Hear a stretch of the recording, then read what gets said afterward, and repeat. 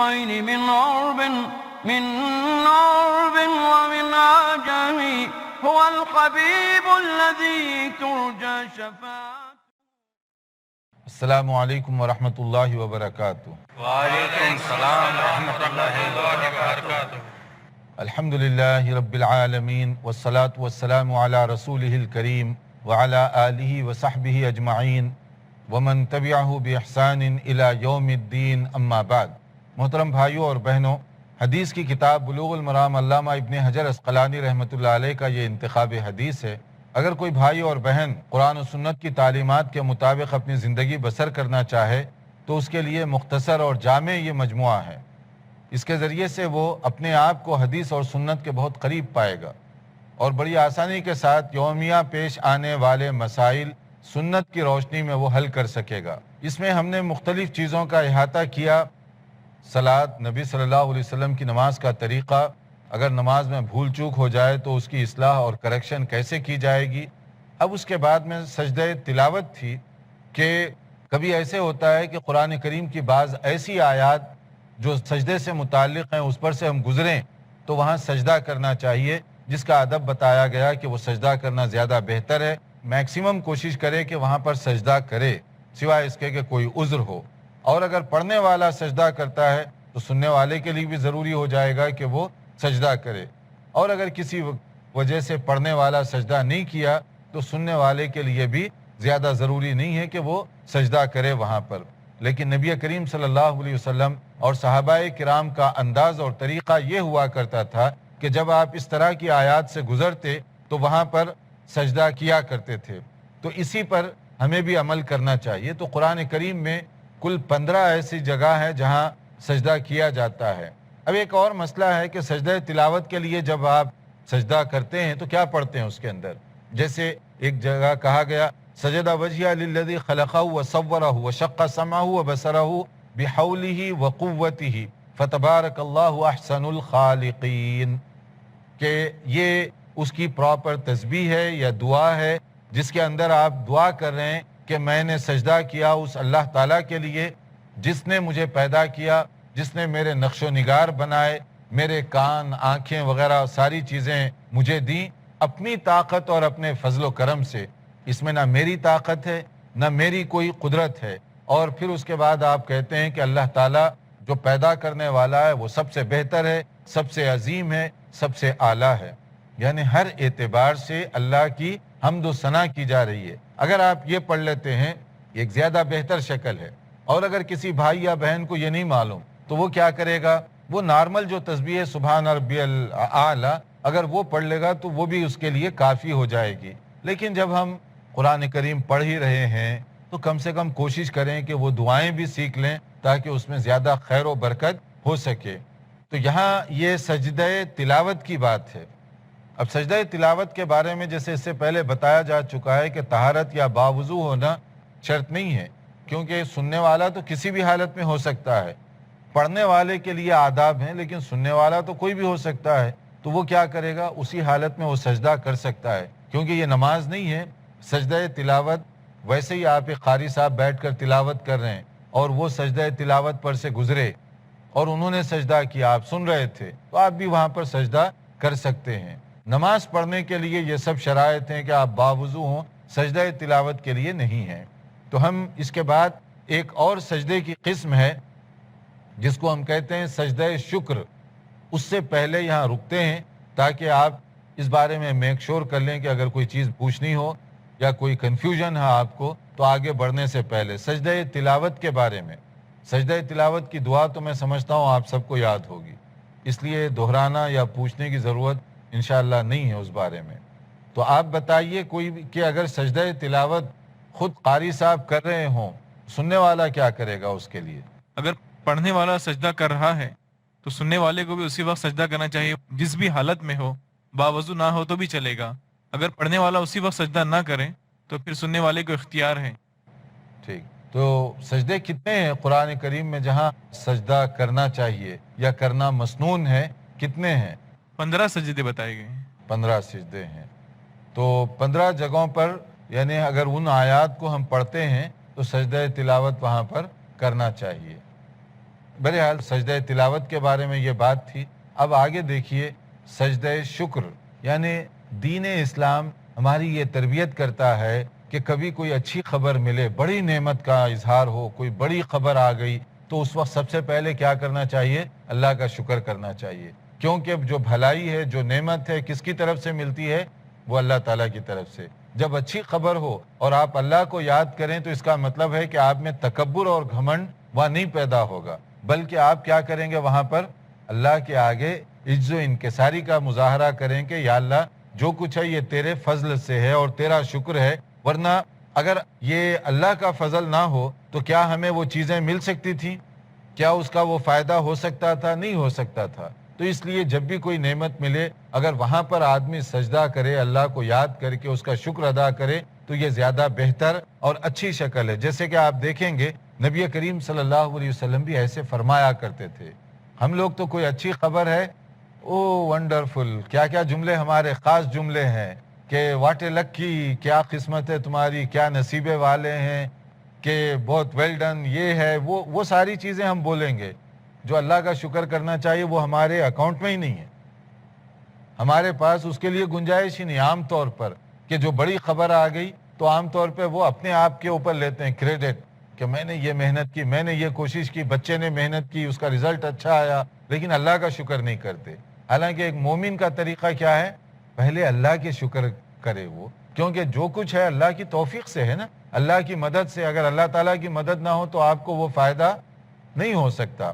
دیکھیے عن ابی بکر رضی اللہ تعالی عنہ ان نبی صلی اللہ علیہ وسلم کان اذا جاءه امر یسرہ خر ساجدا للہ، کہ نبی کریم صلی اللہ علیہ وسلم کا یہ معمول تھا، یہ طریقہ تھا کہ کوئی امپورٹنٹ خبر آتی، اہم، تو آپ کیا کرتے؟ سب سے پہلے اللہ کا شکر کرتے تھے، سجدہ کرتے تھے. تو یہ جو ہے نماز کا سجدہ نہیں ہے، ایکسٹرا اور اضافی ہے اللہ کا شکر کرنے کے لیے. یہ نبی صلی اللہ علیہ وسلم کا طریقہ تھا. جیسے ایک واقعہ ہو گیا، فرمایا گیا کہ قال سجد النبی صلی اللہ علیہ وسلم فاطال السجود، ایک موقع پر نبی صلی اللہ علیہ وسلم نے طویل سجدہ کیا. ثم رفع رأسه وقال، پھر اس کے بعد آپ نے سر اٹھا کر لوگوں کو بتایا کہ یہ جو میں نے سجدہ کیا اس کی وجہ کیا ہے، یہاں پر میں نے سجدہ کیوں کیا. تو نبی کریم صلی اللہ علیہ وسلم نے فرمایا ان جبرائیل اتانی فبشرنی فسجدت للہ شکرا، کہ ابھی جبرائیل علیہ السلام تشریف لائے، یہ خوشخبری مجھے سنائی. ایک خوشخبری کیا ہے؟ اس کی احادیث میں مزید تفصیل بتائی گئی کہ اگر کوئی آدمی ایک مرتبہ درود پڑھ رہا ہے تو اللہ تعالیٰ اس درود پڑھنے والے پر 10 مرتبہ برکتیں نازل فرمائے گا. یعنی نبی پر درود پڑھنے کا پڑھنے والے کو بھی ثواب ملے گا، اس کا فائدہ نبی کو بھی ہوگا. تو جب حضرت جبرائیل نے یہ خوشخبری سنائی، یہ بڑی بات تھی نا کہ ایک مومن اگر کوئی بھی درود پڑھے گا ایک بار تو اس کو بھی ثواب، اللہ کی طرف سے 10 رحمتیں اس پر نازل ہو رہی ہیں. اور دوسرا خود نبی صلی اللہ علیہ وسلم کے لیے یہ دعا ہے نا درود، کہ اللہ تعالیٰ سے ہم نبی کے درجات کی بلندی کے لیے مزید دعا کر رہے ہیں، تو دونوں کو فائدہ ہوا اس کا. تو جب نبی صلی اللہ علیہ وسلم کو یہ خبر سنائی گئی تو آپ فوری کیا کیے؟ اللہ کا شکریہ ادا کرتے ہوئے سجدے میں گرے. تو اس سے معلوم کیا ہوا کہ جب اس طرح کی کوئی بڑی خبر آتی تھی تو نبی کریم صلی اللہ علیہ وسلم نے عام طور پر اس طرح کا سجدہ کیا ہے. یہ سجدہ جو ہے یعنی واجبات میں سے نہیں ہے کہ آپ کو یہ نہیں کہا جا رہا فرض ہے یا واجب ہے، بلکہ یہ جو سجدہ ہے یہ بہتر ہے، یہ نبی کی سنت ہے، نبی کا طریقہ ہے. جیسے کہ امام شافعی اور امام احمد ابن حنبل رحمۃ اللہ علیہ مجمعین اس کو اسی طرح سے دیکھا کرتے تھے. یعنی شکرانے کا جو سجدہ ہے ایک مسنون ہے، کر لیا جائے تو اچھا ہے، ضروری یا واجب یہ نہیں ہے. اسی طرح سے ایک مرتبہ نبی کریم صلی اللہ علیہ وسلم کو کچھ لوگوں کے مسلمان ہونے کی خبر دی گئی. دین کی دعوت پھیلے تو جو لوگ مخلص ہیں دعوت کے ساتھ، ایک آدمی مسلمان ہوا تو ان کو اتنی خوشی ہوتی ہے جس کا اندازہ آپ بڑے بڑے چیک دے کر بھی نہیں لگا سکتے. اتنی خوشی ان کو نہیں ہوتی جتنا اللہ تعالیٰ ان کی وجہ سے ایک آدمی کو راہ راست پر لا لے، اتنی خوشی ہوتی ہے. کیونکہ یہ دنیا کی بڑی نعمت ہے نا، ایک آدمی کو اللہ تعالیٰ نے ہماری وجہ سے صحیح راستے کی رہنمائی کی تو بہت بڑی نعمت ہے، بہت بڑی کامیابی ہے. تو نبی کریم صلی اللہ علیہ وسلم کا بھی دیکھیں کہ ان نبی صلی اللہ علیہ وسلم بعث علیٰ الی الیمن، نبی کریم صلی اللہ علیہ وسلم نے حضرت علی رضی اللہ عنہ کو یمن کی طرف بھیجا. اب حضرت علی جا کر وہاں دین کا کام کرتے رہے. پھر اس کے بعد انہوں نے اس کی رپورٹ لکھی کہ کیا ہوا. لمبی حدیث ہے کیا کیا ہوا. وہ سارا لکھنے کے بعد حضرت علی رضی اللہ عنہ نے ان کے اسلام کی خبر دی. فکتب علی باسلامہم فلما قرأ رسول اللہ صلی اللہ علیہ وسلم الکتاب خر ساجدا، کہ رسول اکرم صلی اللہ علیہ وسلم کو جب یہ لیٹر ان کا ملا، جب آپ کے سامنے پڑھا گیا کہ حضرت علی نے جو رپورٹنگ کی اور اس کے بعد انہوں نے بتایا کہ لوگ مسلمان ہوئے ہیں، تو نبی کریم صلی اللہ علیہ وسلم سجدے میں گر گئے. کیوں؟ شکرن للہ علی ذالک، اس نعمت پر اللہ کا شکر ادا کرتے ہوئے. کچھ لوگ مسلمان ہو جائیں تو بہت بڑی بات ہے. تو نبی صلی اللہ علیہ وسلم نے ان کے اسلام قبول کرنے کی کیفیت اور اس کا تذکرہ جب سنا تو آپ نے سجدہ کیا. تو دیکھتے رہیے ہمارا پروگرام. ایک مختصر بریک کے بعد دوبارہ حاضر ہوں گے. محمد سید الکونین والثقلین. وقفے کے بعد دوبارہ آپ کی خدمت میں حاضر ہیں. وقفے سے پہلے ہم بتا رہے تھے کہ نعمتیں اللہ کی طرف سے ملتی ہیں. اگر کوئی بڑی نعمت ملے تو اللہ کا شکر آدمی کو زیادہ کرنا چاہیے. چاہے کوئی بھی نعمت ہو ہر وقت شکر کرنا چاہیے، لیکن کوئی بڑی خبر آ جائے تو اس پر سجدہ شکر بھی ادا کرنا چاہیے. آدمی اللہ تعالیٰ کی بارگاہ میں شکریہ ادا کرے کہ اللہ ہی کی نعمتوں کی وجہ سے، اللہ کی مہربانی کی وجہ سے اس کو یہ نعمتیں مل رہی ہیں. جیسے نبی کریم صلی اللہ علیہ وسلم بعض خاص موقعوں پر، جیسے حضرت جبرائیل ایک مرتبہ تشریف لائے تو آپ نے سجدہ کیا، ایک خبر انہوں نے دی. اور اسی طرح حضرت علی رضی اللہ عنہ نے یمن سے آپ کو وہاں کی کیفیت لکھی اور یہ بتایا کہ وہاں لوگ مسلمان ہوئے ہیں، تو اس پر نبی صلی اللہ علیہ وسلم بہت خوش ہوئے اور سجدہ شکر آپ بجا لائے. تو اس سے معلوم یہ ہوا کہ اہم خبر کے موقع پر شکر کا سجدہ کرنا، اللہ تعالیٰ کا شکریہ ادا کرتے ہوئے، یہ نبی صلی اللہ علیہ وسلم کی سنت اور نبی صلی اللہ علیہ وسلم کا طریقہ ہے. اس بارے میں اگر آپ کوئی بات کرنا چاہیں سجدہ شکر کے بارے میں، تاکہ ہم اس کے آگے بڑھ سکیں. اور اس کے آگے ہمارا ایک بہت اہم چیپٹر ہے جس کو ہم کہیں گے نوافل وغیرہ. تو نوافل کیسے پڑھے جاتے ہیں، کتنی رکعت ہیں، اس سے پہلے اگر کوئی بات آپ پوچھنا چاہیں. شیخ سجدہ شکر میں کیا تلاوت کرنا چاہیے؟ سجدہ شکر میں تلاوت جو ہے نارمل جو ہم کرتے ہیں وہی ہے، اس کے لیے الگ دعا نہیں ہے. جیسے سجدہ تلاوت کے لیے ایک دعا ہے، اسی طرح سجدہ شکر کے لیے نہیں ہے. تو اس میں اللہ تعالیٰ کی تسبیح، کیونکہ بنیادی طور پر یہ اللہ کی تسبیح کے لیے ہے، تو تسبیحات ہی پڑھتے رہیں. آپ نارمل جیسے تسبیح پڑھتے ہیں اسی طرح سے تسبیح پڑھتے رہیں. جی، اس کے بعد جو ہمارا دوسرا ایک چیپٹر شروع ہو رہا ہے یہاں، باب صلاۃ التطوع، کہ نفل نماز کیسے پڑھی جائے، کتنی رکعت پڑھی جائے، کب پڑھی جائے. تطوع اصل میں کہتے ہیں غیر فرض نماز کو. جو نمازیں 5 مرتبہ فرض ہیں وہ تو ضروری ہیں، فرائض میں ہیں. اس کے علاوہ جتنی ہیں وہ سب تطوع ہیں. اب تطوع کی مختلف قسمیں ہیں، جس کو ہم کہتے ہیں سنت مؤکدہ، سنت غیر مؤکدہ، پھر اس کے بعد نوافل وغیرہ. تو ہمارے پاس مختلف قسم کے اس کے درجات تقسیم کیے گئے ہیں اور ہر ایک کا اپنا اپنا رتبہ الگ الگ ہے. اوورآل اس کو صلاۃ التطوع کہا جاتا ہے. یہ نفلی نماز ہے، یعنی غیر فرض نماز.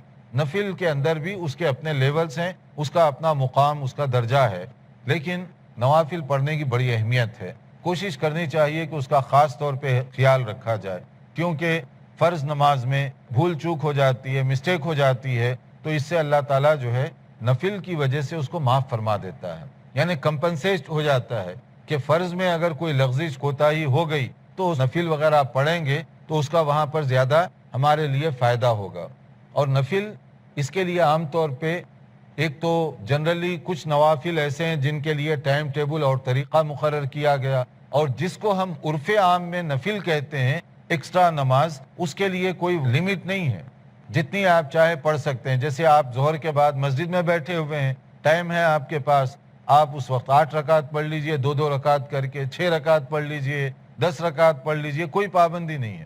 2 رکعت پڑھے، سلام پھیرے، پھر دیکھا ٹائم ہے، چلو اور 2 رکعت پڑھ رہا ہوں، پھر 2 رکعت پڑھ رہا ہوں. تو اس طرح سے آپ جتنے چاہیں پڑھ سکتے ہیں. اسی طرح آپ جمعہ کے دن مسجد گئے، جلدی چلے گئے ثواب حاصل کرنے کے لیے. اب وہاں جانے کے بعد آپ کیا کریں گے؟ 2 رکعت پڑھے، پھر دیکھیں کہ ابھی خطبہ شروع ہونے کے لیے مثال کے طور پہ آدھا گھنٹہ باقی ہے، پھر آپ 2 رکعت پڑھے، پھر دیکھیں اور ہے، پھر 2 رکعت. تو ایسے جتنے چاہے آپ 2 کر کے پڑھ سکتے ہیں. نفل کے لیے لمٹ نہیں ہے. لیکن بعض نفل جس کو ہم سنت مؤکدہ، غیر مؤکدہ وغیرہ کا نام دیتے ہیں، اس میں لمٹ اور طریقہ بتایا گیا ہے. تو یہ دونوں الگ الگ ہیں. اب اس میں دیکھتے جائیے آپ کہ نفل پڑھنے کا ثواب کتنا ہے اور کب کب پڑھنا چاہیے اس کو، اس کا طریقہ کیا ہوگا، وہ سارا اس کی ترتیب بتائی گئی۔ مثلا سب سے پہلے ایک مشہور صحابی ہیں حضرت ربیعہ بن کعب رضی اللہ عنہ۔ حضرت ربیعہ بن کعب نبی صلی اللہ علیہ وسلم کی خدمت کیا کرتے تھے اپنے شوق سے۔ ایک موقع پر ایسے ہوا کہ نبی صلی اللہ علیہ وسلم کی انہوں نے کوئی خدمت کی، آپ نے ان سے کہا کوئی چیز مانگنا چاہتے ہو؟ تو اب صحابہ کے سوچنے کا انداز کیا تھا؟ ہماری طرح نہیں تھا، ذرا مختلف تھا۔ ہمارا یہ ہے کہ جب صاحب خوش ہیں تو ہم کہیں گے کہ کچھ پیسے مانگ لو، کچھ جاب ذرا بڑھا دے دو، کچھ ترقی امپرومنٹ، عام طور پہ یہی کرتے ہیں نا باتیں۔ لیکن صحابہ کے سوچنے کا پیمانہ الگ تھا، ان کے سوچنے کا اندازہ جنت مانگنا چاہیے، ثواب کی کام، طریقہ ایسا مانگو جس میں چل کر زیادہ فائدہ ہو سکے۔ ہم سے ذرا مختلف ان کا انداز تھا۔ اب یہ صحابی نے کیا مانگا اس کو دیکھیے۔ ربیعہ بن کعب رضی اللہ تعالی عنہ قال علی النبی صلی اللہ علیہ وسلم سل، نبی کریم صلی اللہ علیہ وسلم نے ایک مرتبہ ان سے پوچھا کہ پوچھو مانگو، تو انہوں نے کیا کہا؟ فقلت اسألک مرافقتک فی الجنہ، اے اللہ کے نبی صلی اللہ علیہ وسلم میں چاہتا ہوں کہ جنت میں بھی آپ کے ساتھ رہوں۔ دیکھا مانگا تو کیا مانگا، دیکھو جنت بھی نہیں، جنت کے اونچے درجات کے نبی کے ساتھ جنت میں رہنا چاہتا ہوں، یہ میری خواہش ہے۔ بھائی کوئی دنیاوی چیز ہے، کوئی ایسی یہاں کی بات مانگو، تم تو بہت بڑی جنت مانگ رہے ہیں تم۔ تو نبی صلی اللہ علیہ وسلم نے فقال او غیر ذلک، نبی صلی اللہ علیہ وسلم نے پوچھا کوئی اور بات مانگ لو۔ تو صحابی کے سوچنے کا نہ وہ مل گیا تو سب مل گیا، یہ دنیا نہیں چاہیے مجھے، یہاں کے پیسے کوئی چیز نہیں چاہیے، ہوا ذاک، انہوں نے کہا نہیں وہی چاہیے جنت۔ تو اب نبی صلی اللہ علیہ وسلم نے ان کو ایک مشورہ دیا کہ جنت اگر تم اتنا اونچے درجات لینا چاہتے ہو جنت کے، اس میں جو ہے نا تھوڑا سا محنت کرنی پڑے گی۔ اور وہ کیسے محنت کرو گے؟ فَأَعِنِّي عَلَىٰ نَفْسِكَ بِكَثْرَةِ السُّجُودِ، یہ صحیح مسلم کی حدیث ہے، تم کثرت سے نوافل پڑھو، کثرت سے اگر تم نوافل پڑھیں گے تو وہ نوافل آپ کو وہاں کام آئیں گے، جنت کے اونچے درجات دلانے کا یہ نوافل سبب بنیں گے۔ اور اسی طرح سے ایک یہ بھی ہے نا قرآن کریم کی جو آیت ہے ان الحسنات یذہبن السیئات، کہ تم نیکیاں کرو گے تو بھول چوک، مسٹیک اور لغزش جو ہوتی ہے اللہ تعالیٰ اس سے کیا کرے گا؟ ہمیں درگزر فرما دے گا، معاف کر دے گا۔ تو اس لیے نفل جتنا ہم پڑھیں گے اس کا زیادہ سے زیادہ ہمیں فائدہ ہوگا۔ اور خاص طور پر جو غیر فرض نماز ہے جس کو ہم عرف عام میں سنت کہتے ہیں، کب کب کتنی پڑھنی چاہیے؟ ایک حدیث میں آپ دیکھ لیجئے اس کی، عن ابن عمر رضی اللہ تعالی عنہما قال، حضرت عبداللہ ابن عمر رضی اللہ عنہما بیان فرماتے ہیں کہ حفظت من النبی صلی اللہ علیہ وسلم 10 رکعات، میں نے نبی صلی اللہ علیہ وسلم سے 10 رکعات کے بارے میں یاد رکھا ہے۔ غیر فرض نماز 10 رکعات، کب کب؟ رکعتین قبل الظہر، 2 رکعت ظہر سے پہلے، یہ فرض نہیں غیر فرض، ورکعتین بعدہا، اور 2 رکعت ظہر کے بعد، ورکعتین بعد المغرب فی بیتہ، اور مغرب کے بعد 2 رکعت، ورکعتین بعد العشاء فی بیتہ، اور 2 رکعت عشاء کے بعد وہ بھی گھر ہی کے اندر، ورکعتین قبل الصبح، اور صبح کی نماز سے پہلے 2 رکعت۔ کتنے ہو گئے؟ 10 ہو گئے۔ 10 کوئی بھی ایک بھائی گن دے گا اس کو جلدی کر کے 30 سیکنڈ کے اندر؟ جی ماشاءاللہ۔ ظہر کی نماز سے قبل 2 رکعت، ظہر کی نماز کے بعد 2 رکعت، مغرب کی نماز کے بعد 2 رکعت، عشاء کی نماز کے بعد 2 رکعت، فجر کی نماز سے پہلے 2 رکعت۔ ماشاءاللہ، تو یہ ہو گئے 10۔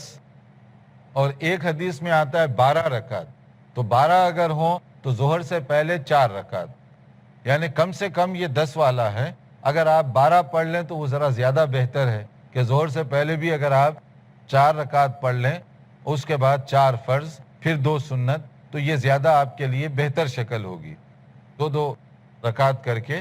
لیکن کم سے کم 2 رکعت پڑھ لیں تو وہ ثواب کے اندر آپ شامل ہو جائیں گے۔ اس کے لیے یہ خوشخبری سنائی گئی کہ اللہ تعالیٰ ایسے آدمی کے لیے جنت میں گھر تعمیر فرمائیں گے کہ اگر کوئی اس طرح کا تھوڑا سا بھی اہتمام کرے تو اس کے لیے کیا کہا گیا؟ من صلی 12 رکعتا فی یوم و لیلۃ بنی لہ بہن بیت فی الجنۃ، کوئی 12 رکعت پڑھے گا تو اللہ تعالیٰ اس کے لیے جنت میں گھر تعمیر فرمائیں گے، یعنی ہمارا پلاٹ وہاں ریزرو ہو جائے گا، ہماری بلڈنگ وہاں ریزرو ہو جائے گی، صرف پیمنٹ 12 رکعت۔ روزانہ اگر ہم 12 رکعت پڑھ لیں غیر فرض سنت کے طور پر، تو اللہ کے طرف سے یہ گویا کہ ہمارے لیے وعدہ کیا جا رہا ہے۔ تو جب ہم مسجد میں جاتے ہیں تو گپے مارنے کے بجائے کیوں نہیں ہم سنت پڑھ لیتے تاکہ اس کا زیادہ سے زیادہ ہمیں فائدہ ہو سکے۔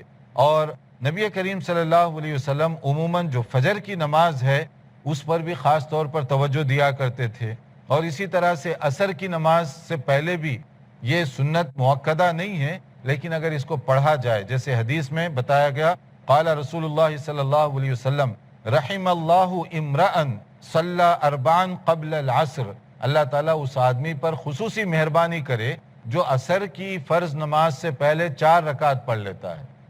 تو اس کے لیے یہ ایک الگ مسئلہ ریوارڈ دیا گیا۔ وہ جنرل ریوارڈ جو گھر والا ہے وہ تو محفوظ ہو گیا، اب یہ پلس ہے۔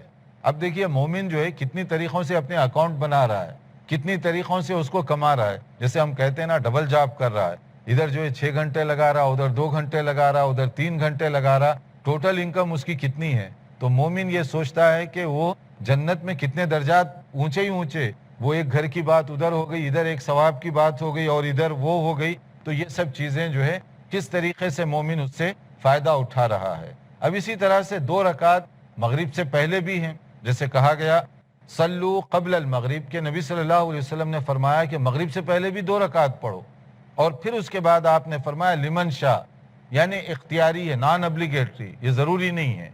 کراہیت ان یتخذها الناس سنتا، کہیں ایسا نہ ہو کہ لوگ اس کو جو واجبی سنت ہے، ضروری سنت، اس کا درجہ دے دیں، جیسے صحیح بخاری کے اندر کہا گیا۔ اور نبی صلی اللہ علیہ وسلم کے جو صحابہ ہیں وہ بیان کرتے ہیں کہ کننا نصلی رکعتین بعد غروب الشمس وکان النبی صلی اللہ علیہ وسلم یرانا فلم یأمرنا ولم ینہانا، کہ ہم عام طور پہ سورج جب غروب ہو جاتا مغرب کے لیے تو اس وقت 2 رکعت پڑھا کرتے تھے، جبکہ نبی صلی اللہ علیہ وسلم ہمیں دیکھ رہے ہوتے، اور آپ اس کا تاکید سے نہ حکم دیتے نہ منع کرتے۔ تو اس کا معنی کیا ہے؟ آپ اس کو ایکسیپٹ کر لیے۔ عصر کے بعد کوئی نماز نفل نہیں ہے مگر کب تک؟ سورج غروب ہونے تک۔ جب سورج غروب ہو گیا، مغرب کی اذان ہو گئی، تو آپ وہاں پر 2 رکعت پڑھیں مغرب کی نماز سے پہلے۔ اس کا عام طور پر بہت کم لوگ اہتمام کرتے ہیں۔ مغرب کے بعد تو جو ہے ہماری مساجد میں عموماً اتنا خیال ہی نہیں رکھا جاتا، بس جدھر اذان کا آخری لفظ نکلا ادھر اللہ اکبر شروع ہو گئی۔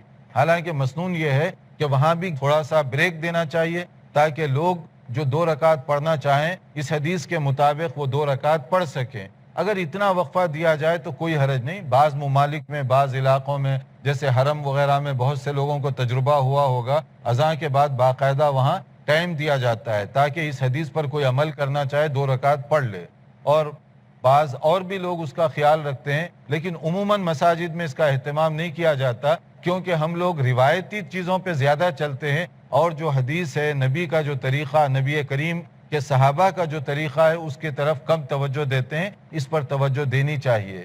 دیکھتے رہیے ہمارا پروگرام، نئی معلومات اور نئی چیزوں کے ساتھ انشاءاللہ تعالی آئندہ ہم مزید چیزیں جو نوافل وغیرہ کے سلسلے میں ہیں وہ پیش کریں گے۔ اس کے لیے انتظار کیجیے آئندہ لیکچر۔ والسلام علیکم ورحمۃ اللہ وبرکاتہ۔